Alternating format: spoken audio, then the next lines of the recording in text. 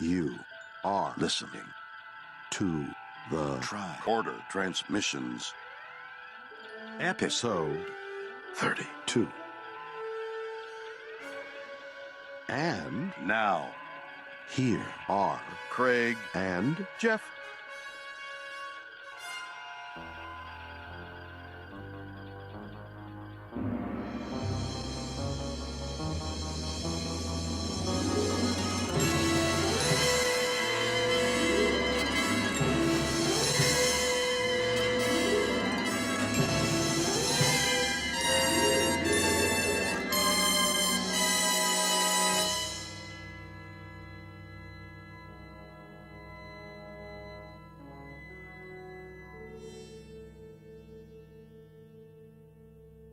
Welcome back to the Tricorder Transmissions. We are your hosts, Jeff Hewlett. And Craig Cohen. And today we're going to be talking about the Changeling. So we have a couple of quick news items to get through before we start our scene-specific commentary. And one of them builds on something we talked about last week, and that was Chris Pine, our most recent Captain Kirk, getting pulled over for DUI in New Zealand. So he's seems to be facing some charges, some drunk driving charges, and he's got about a fine, and it seems like they've revoked his driver's license for 6 months. Oh, in New Zealand. Yeah, pretty stiff. So yeah, I guess that must be the end of it, though. And he's the fine itself seems pretty low. New Zealand, $400 or so, so $344 US. You know, so it's always a shame to see these celebs getting mixed up in this kind of stuff. But so more new Star Trek reboot news. They finally have a new writer for the third installment. So a gentleman by the name of J.D. Payne has been named as a new writer.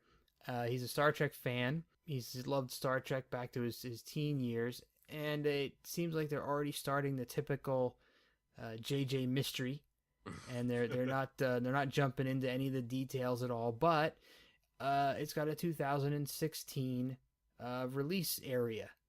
So it's going to coincide with the 50th anniversary of Star Trek's television debut. Well, that's good. And I haven't gone back and looked to see how the previous movies were spaced out. But, man, and this hasn't even happened with the James Bond franchise, I would love my movies no more than 2 years apart. I agree with you. But looks like things are going to be gapped a little further. Yeah, well, with JJ involved in Star Wars land, it almost seems like he's got to let Trek go. Yeah, I guess so. Well, I guess it's one of those things where I know some people out there that we know would just as soon have them not make another movie. But for me, I'm still looking forward to another one. So I would like it to be a little bit quicker turnaround time than 3-4 years in between, but I guess I'll take what I can get at this point. At least they're making another one, so yeah, I'll be happy about that. And so I've saved the best news for last. It seems like our friend William Shatner has yet another project on his hands. This time he's going to be doing a reality show for the DIY network called the Shatner Project. Oh, wow. And it's not him doing Home Improvements. It is him doing Home Improvements. Oh, my God. So it's a 5-episode series, and it's going to be about the renovation of Shatner's home in California. So they're going to be 30 minutes each, I believe. And Shat and his wife are going to be kind of working with a construction team to redo their house. So I guess we'll be able to see our beloved Captain Kirk in his real life. So I'll definitely be watching it myself. It's set to debut in October, I believe. Great. I'm sure we'll talk about it when we get closer to to that date. For sure. So you ready to jump into the Changeling here? Oh, very much. Yeah, great. So the Changeling aired on September 29th of 1967, and the remaster was February 2nd of 2008. All right, and real quick overview. The Enterprise finds an ancient interstellar probe from Earth missing for 265 years, which has somehow mutated into a powerful and intelligent machine bent on sterilizing entire populations that do not meet its standards of perfection. Pretty cool write-up. Yeah. Pretty cool write-up. So we will get started with our scene-specific commentary. Get yourselves queued up, and we'll start in 3, 2, 1. So Another here, as flyby always, is the Enterprise. And one of the immediate things I want to point out about this episode, and I'm sure you picked up on this is one of the rare episodes where the crew never leaves the Enterprise. Yep. So that's something to look out for. What were they called? The bottle episodes? Was it called bottle episode? Yeah. We had a name for them. Yeah, I think bottle was the term they used. I kind of use the term bottle a little looser. It's funny. I host another podcast that you know about called Camel Clutch Cinema. Mm-hmm. And a couple weeks ago, we talked about an episode of Star Trek Voyager with the Rock, professional wrestler The Rock. And I referred to that episode as a bottle episode. Oh. Although they leave the ship. But it was an episode that I said people could jump into and watch without any previous knowledge of the show. So, but I think you are right. The proper usage of the word bottle would be an episode where they don't leave the ship. And in the sense that it was a really cheap way to produce an episode because you didn't have to build sets or worry about any of that stuff. Yeah, I believe that's what we called them in the beginning of the first season. So, interesting thing to note here is that Sulu said that the ship shield snapped on by themselves automatically. Yeah. I never realized that they could do that. I always thought Kirk had to order to raise the shields. Yeah. So very, very strange. So yeah, and we're missing Chekhov. Yeah, that's another thing I noticed about this. So we're 3 episodes in, and Chekhov is strangely missing. Yeah, I think this is one of those. The production order was a little screwy at the beginning of this season. A lot of camera tilt going on. Yeah. A lot of camera, and once again, look at all the people on the bridge, like a nightclub in there. Yeah, and now it had the lighting for it. Yeah, and everybody's flying all over the place. I mean, it's another safety issue. 2 episodes in a row, and we still haven't learned seatbelts, people. Yeah, and the funny thing is, on the last episode, Who Mourns for Adonis, we talked about sort of the, going back to the well of the all-powerful alien being. Yep. And this is another episode where they kind of went back to the well for me. Really? Yeah, I don't know if it kind of made me feel like, the Return of the Archons, or even What Are Little Girls Made Of, where we have the crew of the Enterprise interacting with highly evolved artificial intelligence. Perhaps. Well, one thing that this episode has that those other 2 episodes don't have is that neither of them were the inspiration for Star Trek The Motion Picture.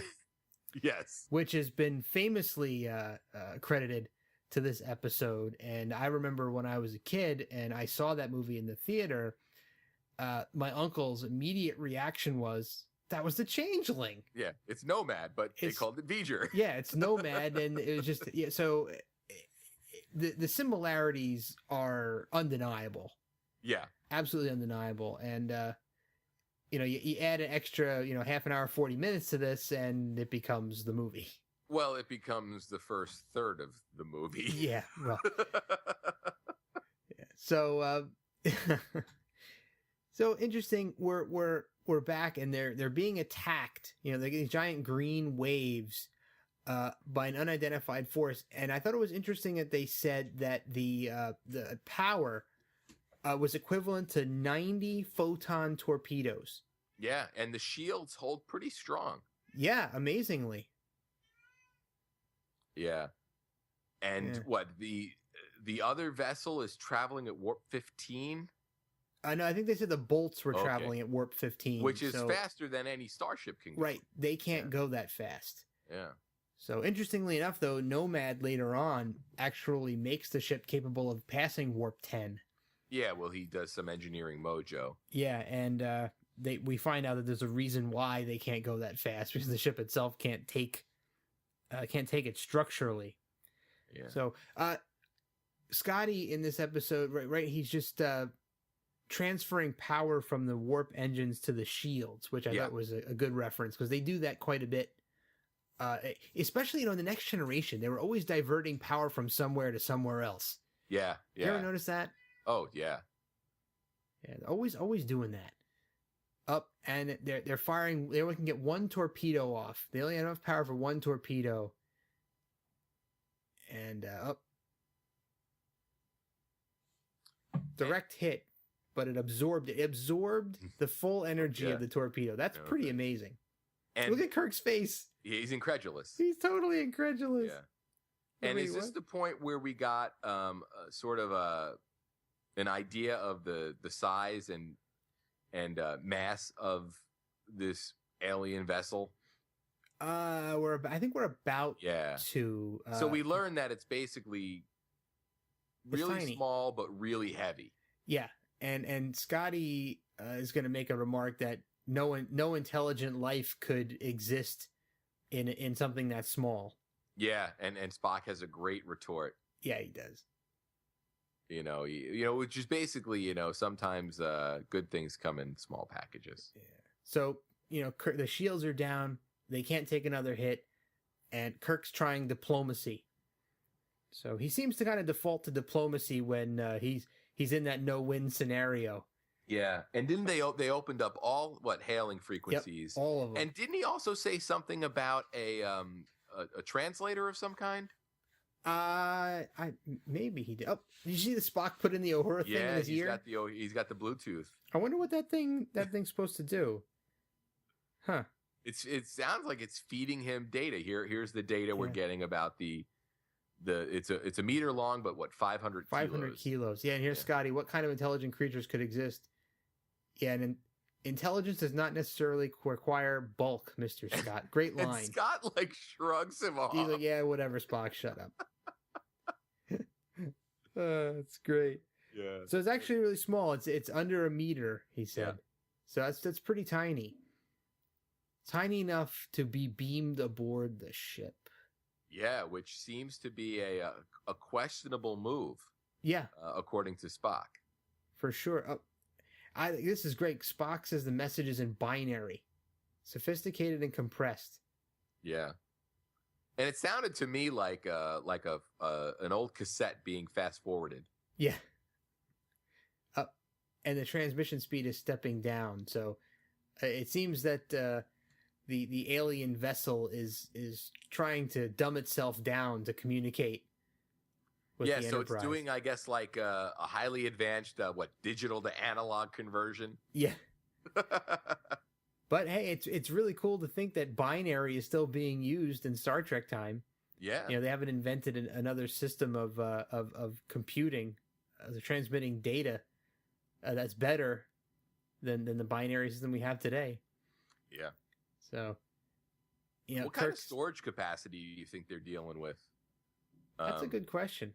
Like, what do you think the storage capacity of the Enterprise is? You mean in gigabytes or terabytes? Yeah, we've got to be looking at hundreds of terabytes. Oh, way more than that. Yeah, way more than that. I mean, we're already getting to the point where we have petabyte servers. So I mean, they've got to have unlimited amounts of storage. But they're not really looking at they're not watching HD video on the Enterprise. It's mainly still pictures and text. Yeah, pretty much. Well, they have audio logs and they have to store all the captain's logs, and I'm sure all the other crew members probably keep logs. So there's got to be plenty of room for digital audio in there somewhere. Yeah, they probably got sick compression techniques. I wouldn't doubt it. They've got some probably got some great codecs. Oh, absolutely. Yeah, I wouldn't doubt it. They're not using MP3 anymore.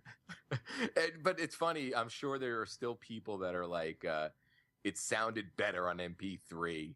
You fools with your new technology. Then you got the one guy on the ship that has vinyl.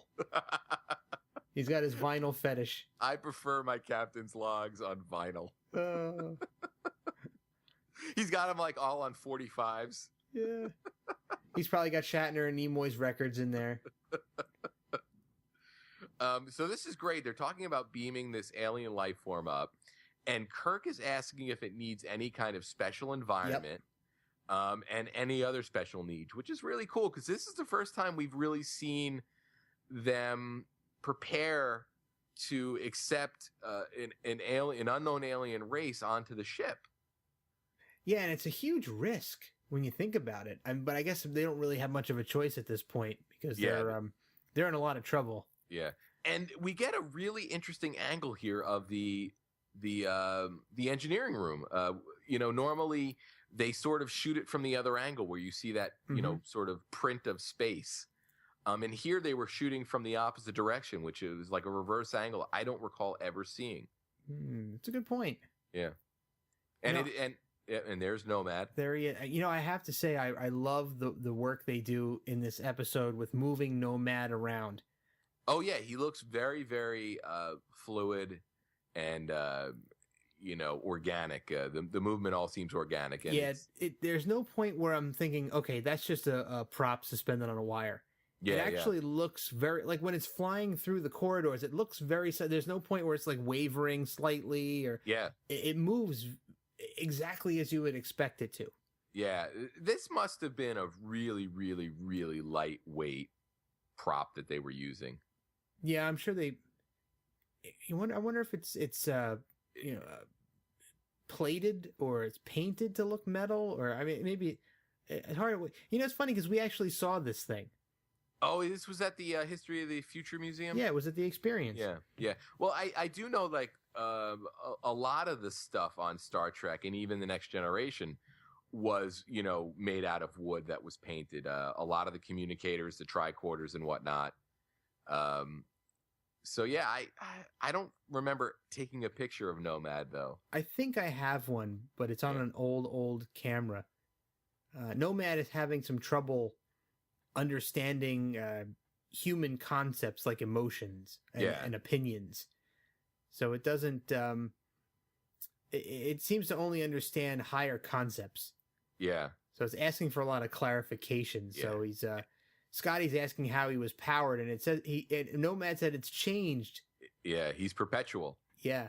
Which is kind of a mind-blowing concept.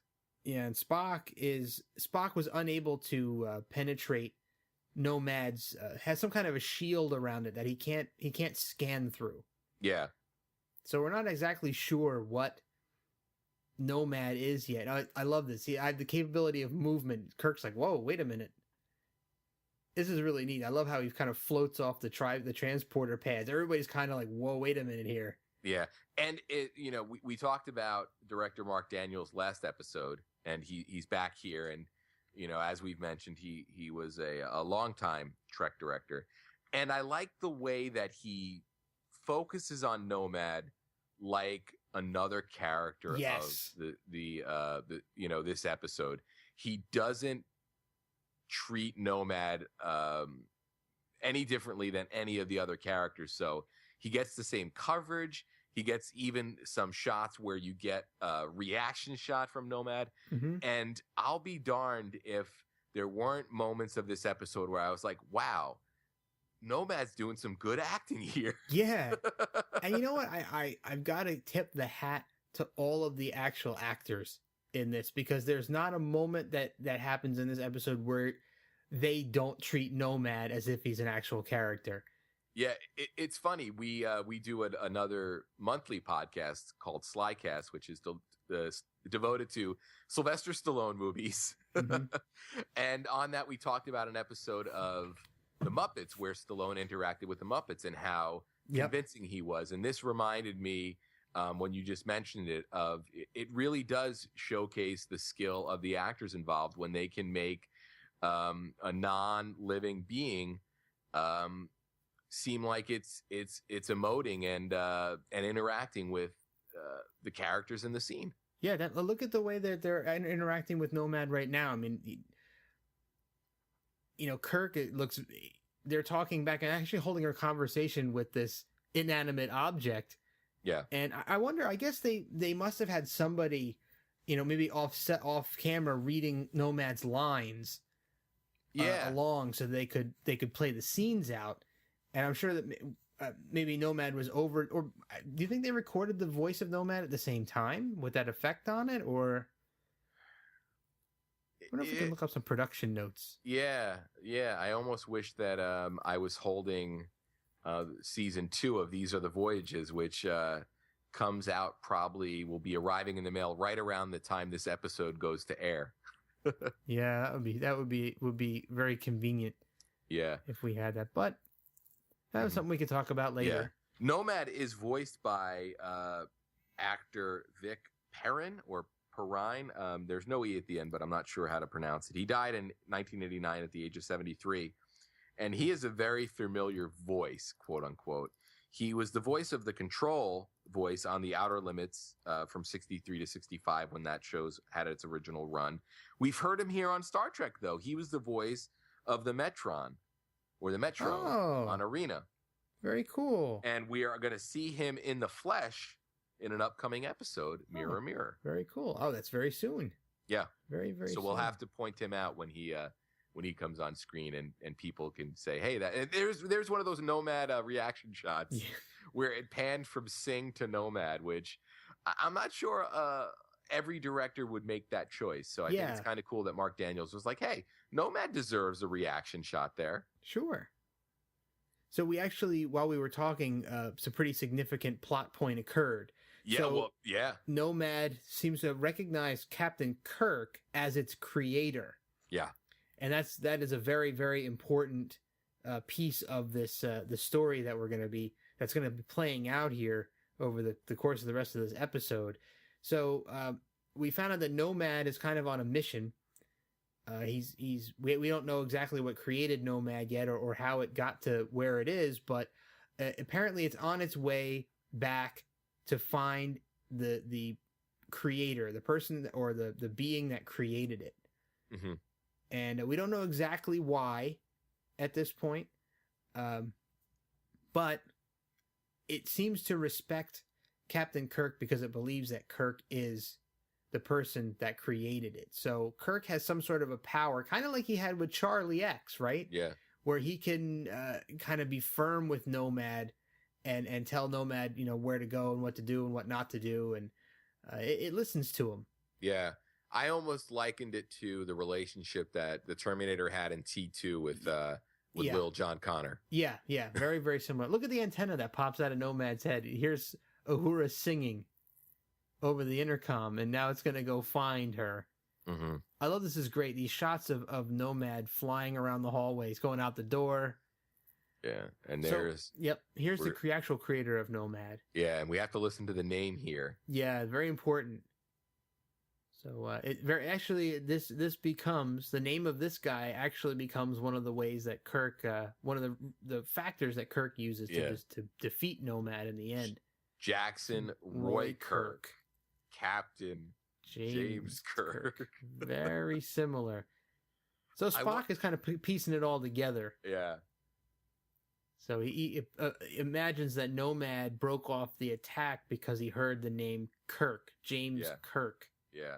I wonder if anybody's ever done Roy Kirk cosplay. You know what? I that's a good question. Yeah, I might have to take a screen grab of that and consider possibly for the convention doing a Roy Kirk. Well, if you do that, you're going to have a Nomad robot floating around. I think I could possibly build one of those. You can't go halfway, man. By late July. Somebody online, I'm sure, has put up a plan or a build your own schematic Nomad. Or instructions on how to build something like Nomad. They'll give you all the right dimensions for the pieces to cut. I would almost maybe think like you make it like a hand puppet. Oh, like a little Nomad hand puppet? Well, that would run down to your elbow. Oh. So you just walk and you hold your arm up next to you, pivoted at the elbow, and you've got, it looks like Nomad's floating next to you. That's a good idea. So I could be Roy Kirk with Nomad. It's a good idea. Meanwhile, at the convention, I'm sure I'll just show up wearing my Tricorder Transmission shirt and be very boring. Yeah, we'll be there for multiple days, so we have a chance to do a couple of different things. This is another one of those times where I wonder where they would be without Spock.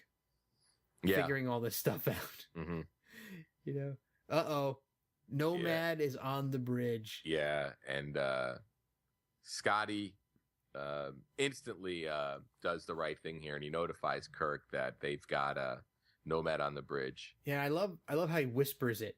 Yeah, he's like whispering into the intercom to Kirk, as if Nomad hearing him calling for Kirk would spark Nomad to do something different. I'm not sure what, but I think Sulu doesn't even realize what's going on. He's, whoa, hey, hang on there.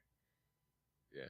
So it's apparently Uhura's singing has drawn Nomad to her somehow for some reason. Yeah. Now we're gonna have a pretty big moment here, but do you think it's a little rude of Uhura to just openly sing on the bridge? I don't know. I guess kind of like leisure time. Like there's nobody really around besides Scotty and her and Sulu. Yeah. So it's not like they're doing anything that she's disturbing. Yeah. Maybe they enjoy hearing her sing. Yeah. I'd imagine if Spock was on the bridge, there would have been no singing. Oh, perhaps not. But... and now he is scanning her memory banks. Yep. And telling her to think about music. Yeah, I love that he's telling her specifically what to think about.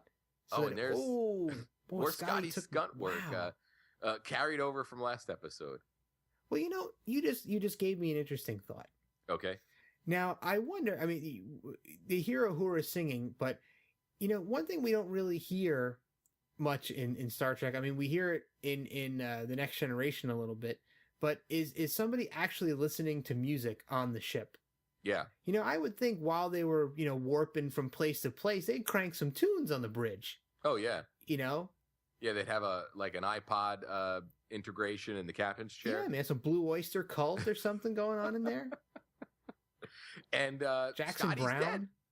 Yep, Scotty is dead. So the death of another major character. Yeah. So who's died so far? We got McCoy died, and Scotty died. Yeah, and Kirk. Wow, everybody, all the big people are dying off. Yeah. And coming back. Mm-hmm. Well, Kirk didn't technically die. I would count it though. No, come on, it was a drug-induced little coma thing. His heart stopped though. Well, come on. Yeah. I don't know.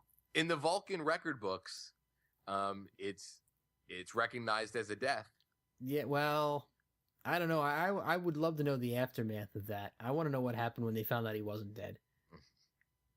So basically now Nomad is going to indicate that if they can provide him with the schematics for Scotty, he'll be able to repair him or bring him back to life. Yeah, Nomad doesn't seem to understand death.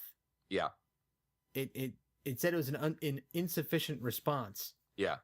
So it doesn't really, it doesn't seem to understand biological life as opposed to whatever it is, which is, mechanical intelligence. So it doesn't seem to be able to relate, even though it was created by a biological organism. It itself does not understand that.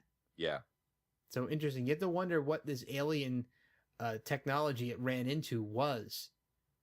Was it a race of machines? Was it, was it a probe from another organic life? I mean, they said that it was a probe supposedly that was sent to cleanse soil samples.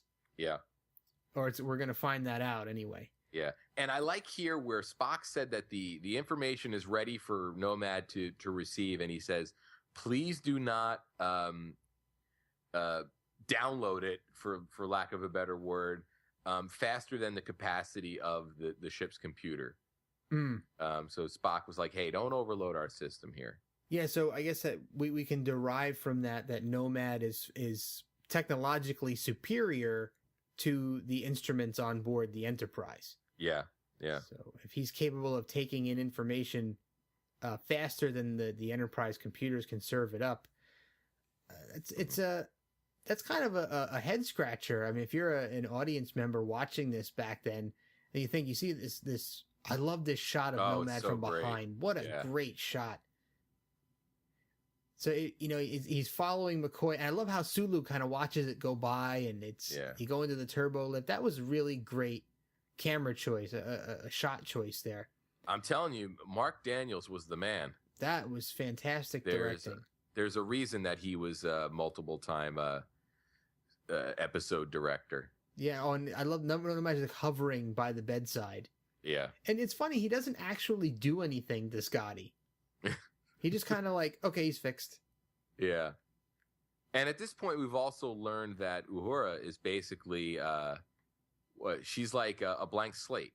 Yeah, brain dead. Yep, pretty much. But without any brain damage. Right. Just her memory has been completely erased. But strangely, we'll find out that she remembers how to speak Swahili. Yeah, well, that's her native tongue. Yeah, well, wouldn't that have been erased too? Anyway. And now Scotty is back to life. Strangely back to life. But, one of the funny things that Nomad said that humans have insufficient safeguards. Yeah, he's basically pointing out how fragile the human body really is. And, yeah, he's quite right. Oh, yeah. He's quite right. There are many ways to die or get close to it. And I think it's interesting that Nomad could bring Scotty back to life without actually doing anything to him. Yeah, I guess it was a matter of looking at the tapes that McCoy had provided, and connecting dots that the medicine of the time weren't able to connect. I guess so, but which ultimately I think means that there will be a point in this Star Trek, the Star Trek history, where they crack the code and find a way to achieve immortality. Perhaps, but you got to think if Nomad didn't touch Scotty at all, he had to use some sort of energy waves of some sort or something. It can emit some sort of a wave that can manipulate things inside the human body very precisely. Mm-hmm. To fix whatever damage or neurological damage, whatever kind of damage there was. Yeah. So that's pretty sophisticated, man. Yeah.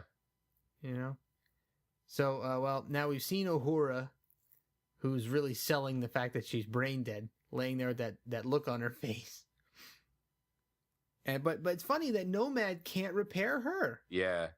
I guess it's like one of those things where I guess there's different ways you can wipe a drive. And there's, you certain can zero it out. Yeah. Yeah. There's certain, I guess ones where you can recover the data that's been deleted, where you get some really hardcore forensic sort of, recovery going on here. But this one they basically, wiped her to the point where she was, like new out of the box. Yeah. And Spock suggests that they can re-educate her. Yeah. This is the really only aspect of the episode that really, really bothers me. Yeah, it bothers me too. That I was going to say that before. If you didn't say it, I was going to say that. I think, to me, that is, it makes it hard to suspend my disbelief. Yeah, I think if you're going to do something like this, you do it with a non-minor character. Absolutely. And,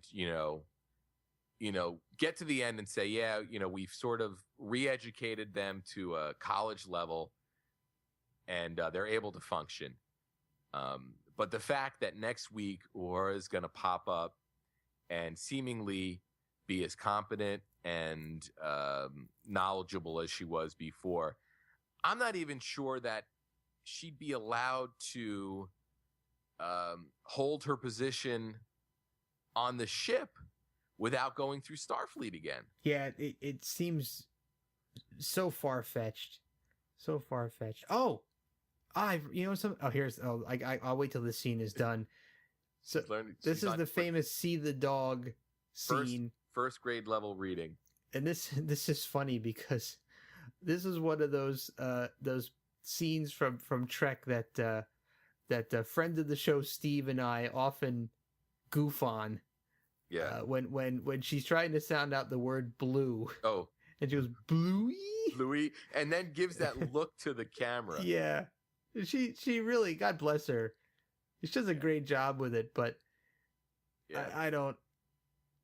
And so Nurse Chapel is trying to sound out the words to her.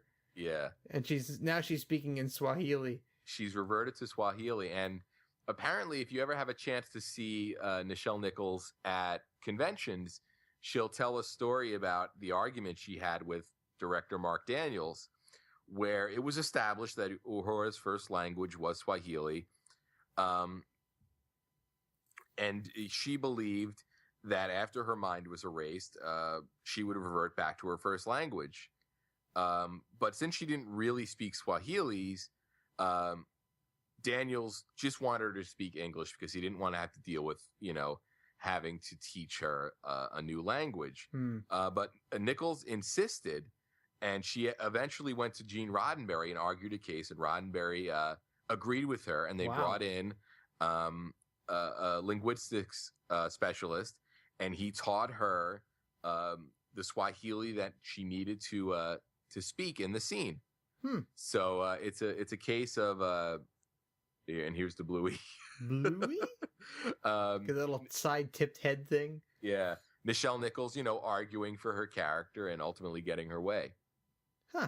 That's great. And, I'm glad you came full circle and mentioned Mark Daniels again, because a little juicy tidbit that I forgot to mention before was that Mr. Roy Kirk, Jackson Roy Kirk, actually was played by Mark Daniels in the photo. Oh, wow. Awesome. Yeah, he was wearing Scotty's dress uniform. Oh, that's awesome. Yeah, so now we know what Mark Daniels looked like at the time. Nice. That's very cool. Yeah, pretty nice little side note there. Yeah, that's awesome. So they the funny thing they talked about while Uhura was getting re-educated, Nurse Chapel said she was on a first grade reader. So they still have grades as we have them today in the Star Trek universe. That's funny. Yeah. I thought it would be that would have been something. I thought education would have been completely revamped by then. Yeah, you know what? I didn't think about that until just now, but that's an excellent point. Yeah, I don't know. Strange things. Another strange thing. Here is one of the parts of this episode that I think is really awesome. Spock is going to mind meld with a machine. Yeah, we've seen him mind meld with a non-humanoid shaped alien in the Devil in the Dark with the Horta. Mm-hmm. And we've also seen Spock do non-physical mind melding, right, where he doesn't touch the and he can control you through a wall or whatnot. Yeah, but here he's doing a physical mind meld with a machine. Yeah, so I think that really puts a nice end cap on the capabilities and the extent of the mind meld. It's pretty much universal. He can mind meld with anything. Yeah, and it's pretty amazing because the digital mind, if you will, works very, very differently than the analog or the brain.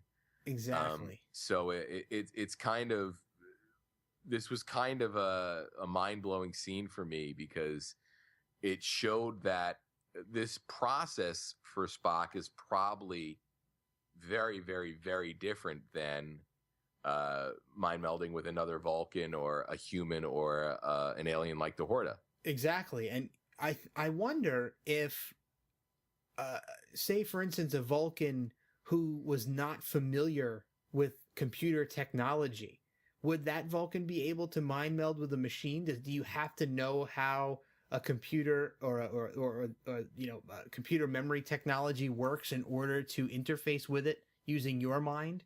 Yeah. Because I think you would at least have to understand, how to access what's inside those memory circuits. Oh, yeah, totally. Yeah, because it's not the same at all as accessing a human brain. They're two very complex things, but two very, very different things. And we get some excellent acting moments from Spock. Oh, when amazing! When he's melding with things and people, this scene is no exception. No, and I love how it's very consistent that when he mind melds, he kind of takes on the personality of what he's mind melding with. So he's just repeating Nomad's mission now. And so now Kirk has to tell Nomad to break the mind meld. Spock apparently can't do it. Yeah. And Nomad acknowledges. So that's really neat. I wonder what that means about what is Nomad has some sort of psychokinetic or telepathic type abilities, maybe? It almost seemed like Nomad was like malware. Yeah. Where, Spock had navigated to nomad.com or whatever, and that, Nomad was infected with a keylogger or something. Yeah, and Spock needs to install the latest security patch. Vulcan 2.12. Can block the Nomad security breach. Yeah. So now we're basically getting the history of what led Nomad to this moment. He had gotten hit by a meteor. Yeah, and it damaged some of his memory circuits, but not all. Yeah, it threw him off kilter a little bit. Yeah, and then it wound up running into another alien probe whose job it was to take soil samples and sterilize them. And so Nomad kind of took some of that mission and decided that its mission was to sterilize organic life. Yeah. So pretty dire. Pretty dire. So Kirk's going to run down the ancient Earth fairy tale of the Changeling. Yeah. So it assumed the identity of a human child. And now Nomad's going to sterilize, meaning kill, human life. And it wants to go back to Earth. So Kirk's going to surmise here that the entire ship is in danger at this point. And basically all of humanity. Right. This is almost sort of like an Alien when they determine that the worst thing that can happen in the world is if an alien got to planet Earth. Yeah. It almost seems like the writers of Alien and that entire franchise probably took a note from Nomad here. Yeah, and watch this. Nomad flies right through the force field on the brig there. And we get two hapless red shirts. And they fire on Nomad. Bad move. And they're gone. So Nomad has onboard weapons that he can fire on the ship that are not those big green torpedo things, right? Yeah. So this is interesting. So Nomad's just kind of floating around engineering. He's obviously got a purpose here. Yeah. And Scotty's just kind of asking him what he's doing there. He's like, dude, what's up, man? What are you doing here?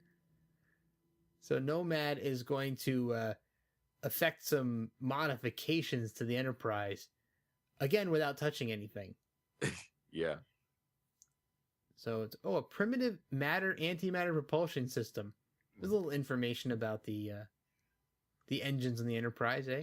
Yeah, and now Nomad's basically saying it's inefficient. I'm gonna fix it.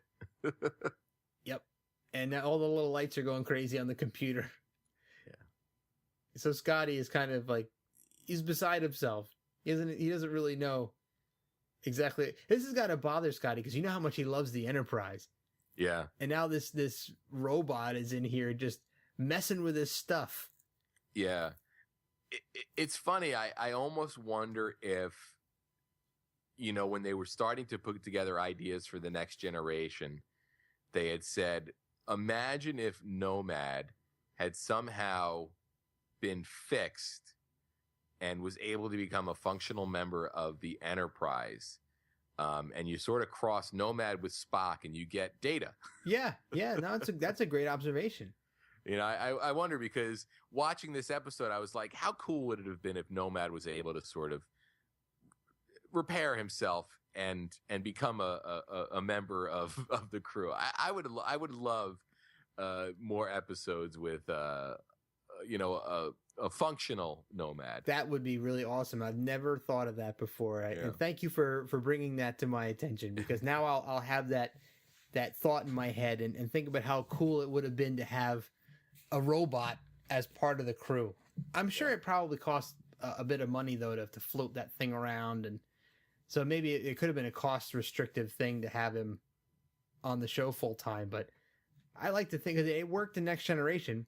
Yeah. So I think it would have been awesome to have a little floating robot around. Yeah, I think it would have added a lot of story potential, and I would say hands down, we've talked about if this show was made in today's day and age, hands down, Nomad would have become a recurring character. He would have been, for the kids. Oh, for sure. But when you talk about floating robots, now you're going right into my wheelhouse. Are we going to start talking about the black hole? No. Well, I'm going to mention the fact that I love that movie, and it revolves around some floating robots, but that's as far as I'm going to go. I'm not going to bog us down in a black hole discussion, although someday I'd love to have a black hole discussion, because I've yet to find somebody else who really seems to like that movie as much as I do. I actually think that we could reach a point in this podcast where our listeners would be receptive enough that if we decided every once in a while to throw up a special bonus supplemental that maybe stretched out a little bit and, just had our sort of take on a movie like The Black Hole or, 2001 or maybe. Alien or Blade Runner. Who would have to, well, possibly. We can entertain that. Yeah, a special out of this world edition of the Tricorder Transmissions or something like that. So another really great tracking shot behind Nomad there as it left engineering with those two red shirts.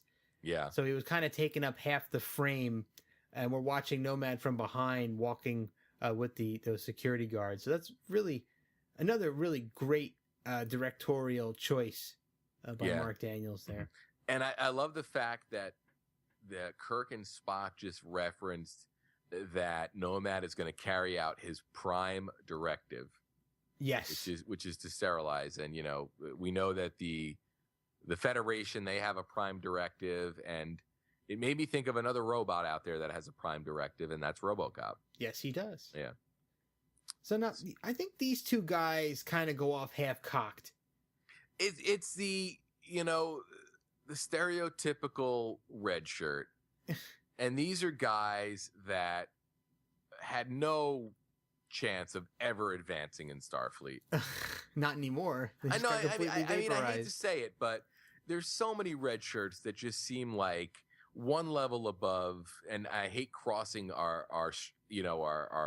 series here, but they seem like one level above, like a stormtrooper. Where's the wire, man? I don't even see the wire. Yeah, that's some good work. Nomad floating up the shaft there. But the Nomad was going down the wrong hallway, and the guys are like, "Oh, hey, Nomad, you're going the wrong way." And they give him like 2 seconds, and then just open fire. Yep. Yeah, up, and there he is, Nomad. So where the heck is Nomad going? It goes up that shaft, and then it comes out of the door, and now it's not listening to Kirk anymore. Uh-oh. He rocked Nurse Chapel. Oh no. Oh, poor Nurse Chapel. So Nomad wanted the personnel files, and it was trying to verify that Kirk is an organic life form. Yeah. So it examined Kirk's medical history. So, and it's found that its creator is an imperfect biological unit. Oh man, that's like Nomad finding out that Santa Claus may not be real. Yeah. Now Nomad's pissed. Yep. Manual override's been blocked. Nomad is cutting off life support. It is going to sterilize all human life on the Enterprise. So the stakes have been upped, ladies and gentlemen. And you know what? Here we go again. Kirk he's so brave. Yeah. He runs right in there, knowing that Nomad could just kill him on sight. Now that he knows that Kirk needs to be sterilized but Kirk doesn't care, man. He's going right in there. He's going to try to fix things himself. He's climbing up the stairs there to try to fix the life support systems. Mm-hmm. And now he's going to think on his feet. Yeah. And outsmart the machine. Yeah. And Kirk, going back to my point at the beginning of this episode, Kirk has experience here. Yep. He has really, baffled quite a few high-level artificial intelligence, creations already. And Nomad might be the toughest of all the ones he's faced, But ultimately, we've seen that if you pit Kirk against a machine, Kirk's going to find out what buttons to press, if you will, to throw it off balance. Yep, and guess what? We're going to see that again, not far from now, in the next Harry Mudd episode. So yeah, and Kirk's using some great logic here. He is.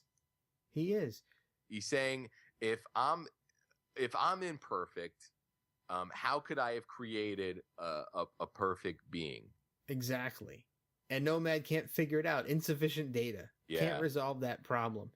So this is really cool. So Kirk, once again, is going to talk a machine into destroying itself.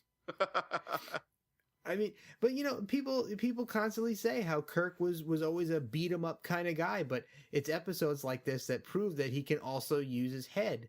Yeah. To get out of these situations. It's not always about, brute force and throwing punches and shooting phasers. Yeah. He really doesn't believe in the no-win scenario, right? Yeah. Here's another potential no-win scenario that he's going to get out of. Mm-hmm. See, everything is an error must be sterilized. He's just talking in circles and no exceptions. He's repeating Nomad's own mission back to it. Yep. And then kind of railroading it into understanding that it is an error and therefore also must be sterilized. Oh, man. I made an error in creating you. Oh, man, what a way to talk to your child. That's like telling your son he was an accident. Yeah. Oh, man. Man, that's gutting. Yep. And he drives home the fact that he's the creator. That's right. Nomad acknowledges he's creator, and that's all that Kirk needs now to say, I am not the creator. You've made a mistake. You're not perfect. And you didn't discover your mistake. Now that's 2 errors. Yeah. So you're flawed and imperfect. Uh-oh. I mean, he's really browbeating Nomad, boy. Nomad is starting to malfunction. Yeah. Error. I love that. Yeah, this is the equivalent we're going to get of Nomad being dragged away in a straitjacket. Yeah. I didn't even think of it that way. Instead of the straitjacket, he gets the anti-gravity, apparatus. But, Oh, I love it. That's great. I love these anti-gravity units they have, though. Those are pretty cool looking. Yeah. And Spock says that Kirk's logic was impeccable. Yeah. How awesome is that? And they're going to beam Nomad out into space. So they with the anti-gravity things on, they're not even going to take him back. Yeah.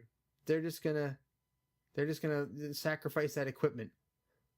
Yeah, I guess it's a small price to pay. Yeah, I guess so. Well, Kirk's going to throw a few more insults at Nomad before he shoots him off into space.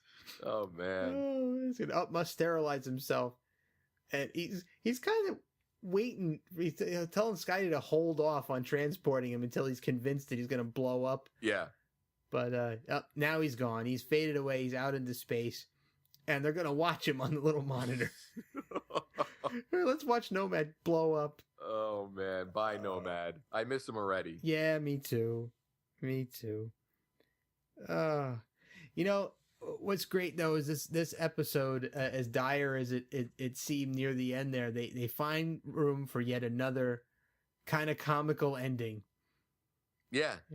Spock, once again, saying that Kirk displayed a dazzling display of logic, which I think it's pretty cool to hear Spock complimenting humans. Oh, yeah, totally. And look, Uhura is at college level already. She'll be back within a week. Oh, my God. That's crazy. Yeah, it's really because the fact that all they had to do was teach her to read again. Yeah. I'd imagine that it's a lot harder to integrate somebody back into society. You know what? Maybe I'll come up with something to make myself feel better, and I'll say that maybe as she was learning things again, maybe some of the memories that were erased sort of reformed. Okay, I can accept that. I don't know. I'm just trying to think of an explanation that makes sense. Well, if you think about it, all we have is Nomad's explanation that he couldn't fix her. Right. And, he thought in a very digital way, and as we already said, the brain is an analog machine. Good call. Yeah, so maybe it was just a matter of Uhura needed to just grease the machine a little bit to get it. That's a great call. That's a great. Well, it's kind of like amnesia, and they say it's something can snap you out of it, right? So a certain experience, but at any rate, I guess the episode is now over, and it's time once again for our essential voting, and I'll jump right in. Go for it. And I will say that I think this episode is absolutely essential. Yeah. Nomad is a great character. It's a pretty famous, iconic Star Trek villain.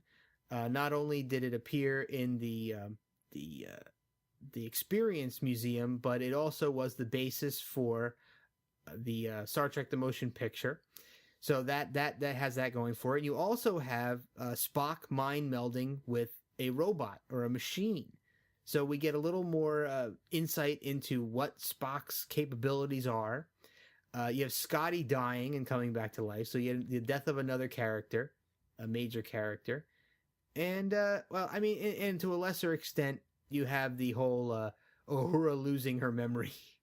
Yeah. And being re-educated. So a lot of great things about this episode. And I will also cite, although this is not my criteria, I'll also cite Craig's cocktail party rule about this episode. Because this is one of those episodes that comes up in conversation at work with friends of mine who talk Trek.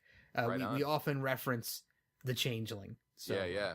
I can't really add on to anything you said. I think, hands down, the further exploration of Spock's mind melding abilities instantly makes this essential, and add on all of the other stuff that you already mentioned, and it's really the only logical choice to make. And this is another episode that last week we watched an enjoyable episode that was non-essential. And here we got an episode that is incredibly enjoyable, but also is essential. And this is an episode that I know I would rank very high if I had to rank the Star Trek episodes that we've watched thus far. Yeah, as would I. And it's great that the second season of Trek seems to be very heavy in the beginning with these iconic episodes. Yeah, I've been looking ahead to see what we're going to be talking about in the next couple of weeks, and I was amazed at how stacked it is. Yeah, and next week we've got Mirror Mirror, which is going to be great to talk about. Can't wait for that one. Yeah. So everybody, hopefully you'll tune in for that one. Yeah, and I might actually start growing maybe a little goatee. Nice. Oh, you had facial hair at one point, didn't you? Yeah, maybe I'll go into my Mirror Mirror version for that episode. Nice. I would love to see that happen. But as we're wrapping up here, we'll mention we're on Facebook, the Tricorder Transmissions, and on Twitter at TTT_pod and the TricorderTransmissions.com. So if you'd want to add anything to our shows, if you want to talk back to us or share some of your own opinions on what's essential and what's not, feel free to drop by on social media. We would love to hear from you. Yeah, we've had some great interactions with fans of the show. And just other, Trek folk in general. And it's something I know I really enjoy doing. And it's a lot of fun. Yep. Well, it's always great to sit here and talk Star Trek and get these interesting topics out. There's always some cool stuff that we get out of these episodes that we can talk about in the future, too, that we need to explore a little bit further. So don't be surprised if we put out some extended episodes in the near future talking about some of these concepts that we're bringing up in these episodes. Yeah. All right. So anything more to add before we close it up, Craig? No, I can't believe another one is in the books. I know. We're just rolling on. Yeah. Rolling on. So we'll see you all next week for Mirror Mirror.